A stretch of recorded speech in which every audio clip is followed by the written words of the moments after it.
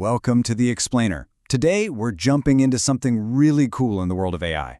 We're talking about how we move these models beyond just, talking and give them the power to actually do stuff. So, let's get right into it. So to really get this, we have to start with the basic problem, right? A standard large language model, or LLM, it's super smart, but it's kind of stuck. It's trapped by its training data. It's basically living in the past. And, well, that leads us right to this really important question. What can an AI actually do? Think about it. If you ask a regular chatbot, hey, what's the weather like right now? Or, is my flight on time? It can't tell you. It can only talk about the stuff it was trained on. So, yeah, how do we get around that? Well, this is the solution.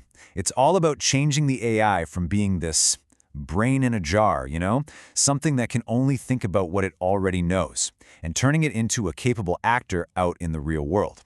And the key difference here? It's giving that brain hands and senses. In the AI world, we call those tools. Okay, so here's how we're going to break this down. First, we'll cover the basics, what a tool even is. Then, we'll see how agents put them to work. After that, we're going to level up to some pro features, talk about the best ways to build your own, and finally, see how it all comes together to create these really powerful AI systems.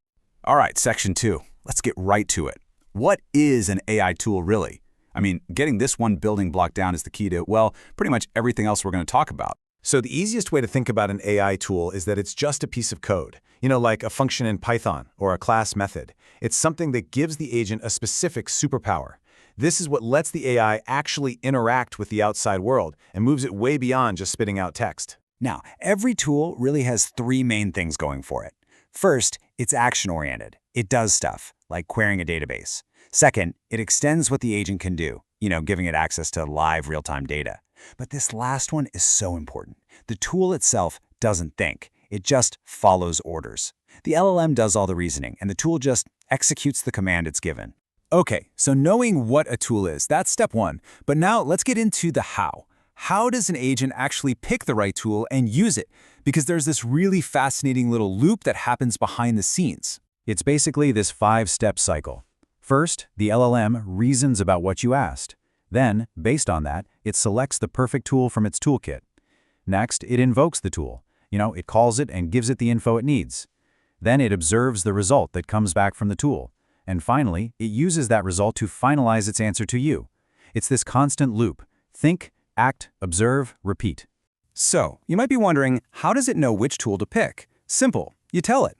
Look at this instruction string here. It's just plain English. The developer is literally telling the agent, hey, if the user asks about the weather, use the get_weather report tool. See? It's all about giving clear, totally unambiguous instructions. All right, simple tools are great. They're powerful. But what if you need more? Like, what if your tools need to remember stuff from earlier in the conversation, or even talk to other agents?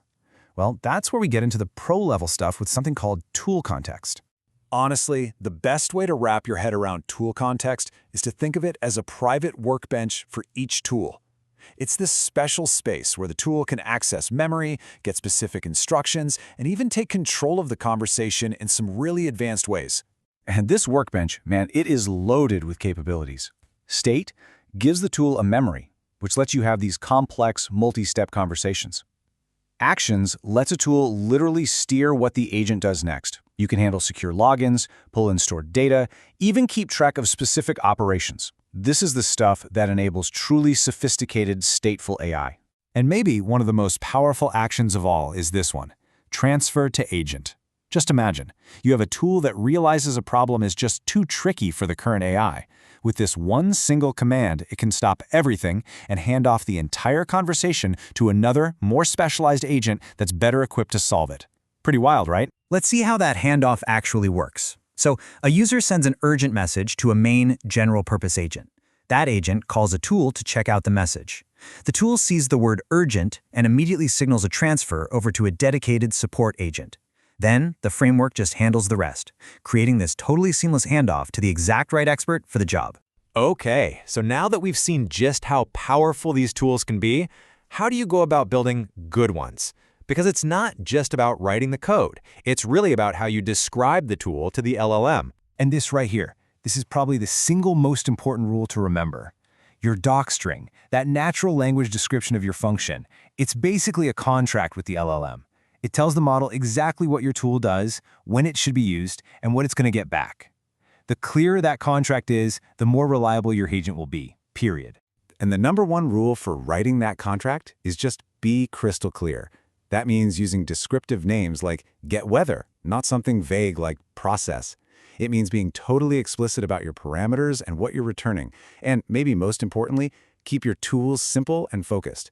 You really want to aim for one tool, one job. That's the goal. So we've talked a lot about individual tools, but let's be real. In a real-world application, you're going to have tons of them. So how do you manage them all? This brings us to our last section, building out entire systems. The answer is something called a tool set, and really you could just think of it as a toolbox. It's a container that groups all your related tools together. But what's even cooler is that it can dynamically decide which tools to give the agent depending on the context. Like, for example, only giving admin tools to a user who's actually an admin. So to kind of bring it all together, if the individual tools are like the bricks, then tool sets are the blueprints. They give you the high-level structure you need to assemble all those simple components into a truly complex and intelligent application. And really, this is what it all boils down to. This is the crucial point. Tools are what transform a large language model from being just a passive knowledge base into being an active problem solver. They're the bridge that closes that gap between just knowing about the world and actually being able to do something in it. It's just a massive leap forward, which, leaves us with a pretty fascinating question to think about. If you could give an AI any tool you can possibly imagine, what's the first world-changing problem you'd want it to solve?